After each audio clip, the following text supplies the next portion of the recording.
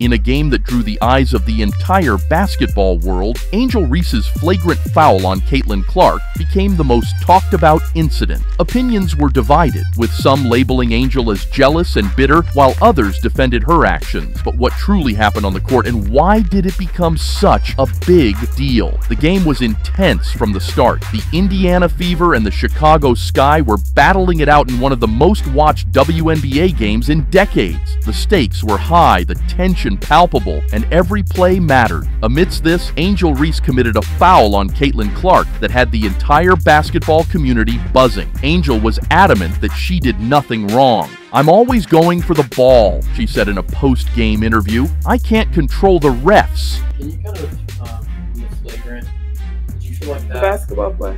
Yeah. Did you feel like that was the appropriate call or? The basketball play, I can't control the refs. They affected the game obviously a lot tonight. So. But it did look at it like you were going. I mean, I'm always going for the ball, but y'all gonna play that clip, what, 20 times?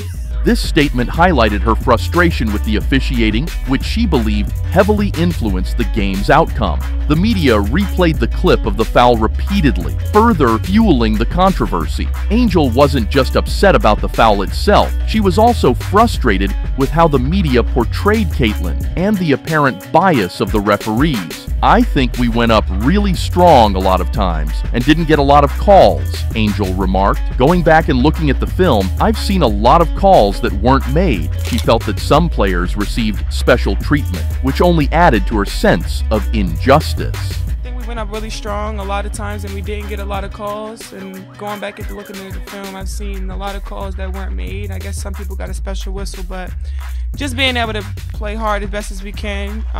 Despite these setbacks, Angel expressed pride in her teammate Cam Clark, who delivered a stellar performance with 23 points, 9 assists, and 8 rebounds. Cam's efforts led Indiana to their first winning streak of the season. Angel herself also played well, finishing with 11 points, 13 rebounds, and 5 assists, even though she faced foul trouble. Angel Reese and Caitlin Clark's rivalry dates back to their college days, where their epic battles were some of the most watched games in women's basketball history. This rivalry seamlessly transitioned to the WNBA, where their matchups continued to draw massive viewership. The game between the Fever and the Sky became the most watched WNBA game on any network in 23 years, highlighting the significance of their ongoing duel. Opinions on Angel's foul were divided. Skip Bayless, a well-known sports commentator, was particularly harsh in his criticism. He went as far as to say that the foul wasn't a basketball play and labeled Angel as bitter.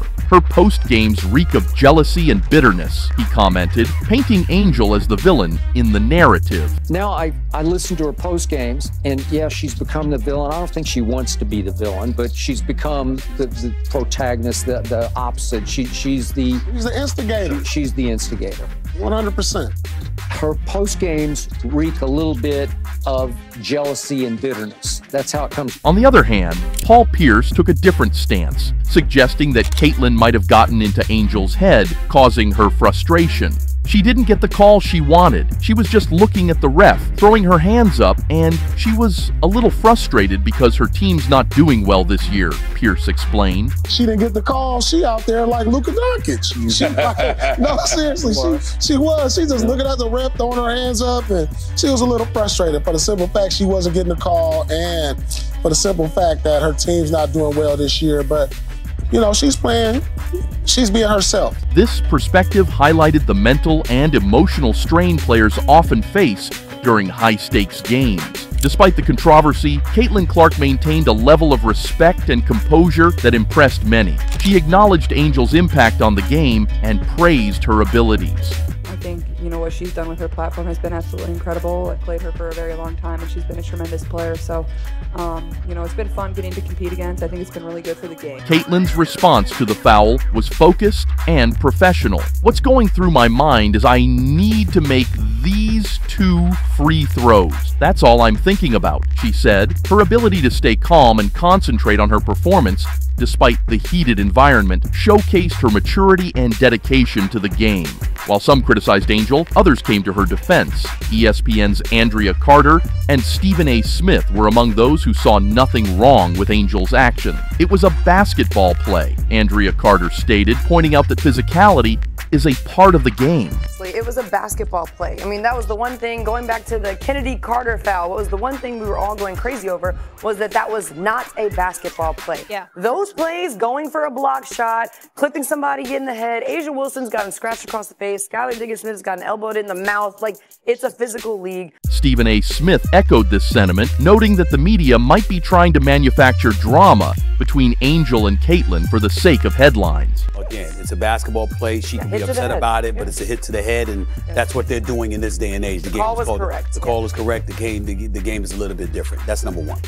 Number two, I also think to some degree they're looking for something from Angel Reese. WNBA legend Cheryl Swoops also supported Angel, arguing that critics might not fully understand basketball. I think what people are saying about Angel Reese comes from those who don't really know the game, Swoops remarked. She emphasized that physicality is a normal part of basketball and should be expected in such a competitive league. I think what people are doing or saying when it comes to Angel Reese, when it comes to Kennedy Carter, when it comes to the Chicago Sky, I think it's coming from people who don't really know the game and don't understand basketball. The reactions to Angel and Caitlin's rivalry extend beyond the court. NBA star Charles Barkley urged female players to stop being petty towards Caitlin, highlighting the broader issues of jealousy and competition within the league. You women out there, y'all petty, man. Hey, LeBron, you're 100% right on these girls hating on Caitlin Clark. Y'all petty, girls. I expect men to be petty because we're the most insecure group in the world. Oh, you are. Y'all should be thanking that girl for getting y'all ass private charter. This statement, however, led to even rougher defense against Caitlin, as some players felt Barkley's comments were unfair. Despite this, Caitlin continued to show resilience and determination, proving that she could handle the pressure and adversity that comes with being in the spotlight. Despite the criticism, Angel Reese made it clear that she sees herself as an integral part of the WNBA's growth. And just looking at that, like, I'll take that role. I'll take the bad guy role, and I'll continue to take that on and be that for my teammates. And if I want to be that, and I know I'll go down in history, I'll look back in 20 years and be like, yeah, the reason why we watching women's basketball is not just because of one person. It's because of me too, and I want y'all to realize that.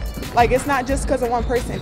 A lot of us have done so much for this. She emphasized that the growth of women's basketball is due to the contributions of many players, not just one. Jeff Teague, in his podcast, highlighted the jealousy that some WNBA players feel towards Caitlin. Caitlin Clark, it's like what the people say afterwards, like, shorty, like, what she do good, just shoot threes?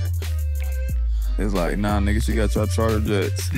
Nah, that's facts, She bro. got eyeballs on your game. Like, what are you talking about? But you know it's real hate. Like, that's a real hate moment. He pointed out that Caitlin's popularity and influence are beneficial for the entire league, even if some players might feel overshadowed. Throughout the controversy, Caitlin Clark has kept her cool and continued to perform at a high level. Her ability to remain composed under pressure and maintain respect for her competitors is a testament to her character. Caitlin's resilience and dedication to the game have made her a standout player, capable of leading her team through any challenge. Her impact on the WNBA is undeniable, and she continues to inspire both fans and fellow players with her talent and sportsmanship. Caitlin's journey in the WNBA is just beginning, but she has already proven that she is built for greatness and ready to take on whatever comes her way. The story of Angel Reese's foul on Caitlin Clark is more than just a moment in a game.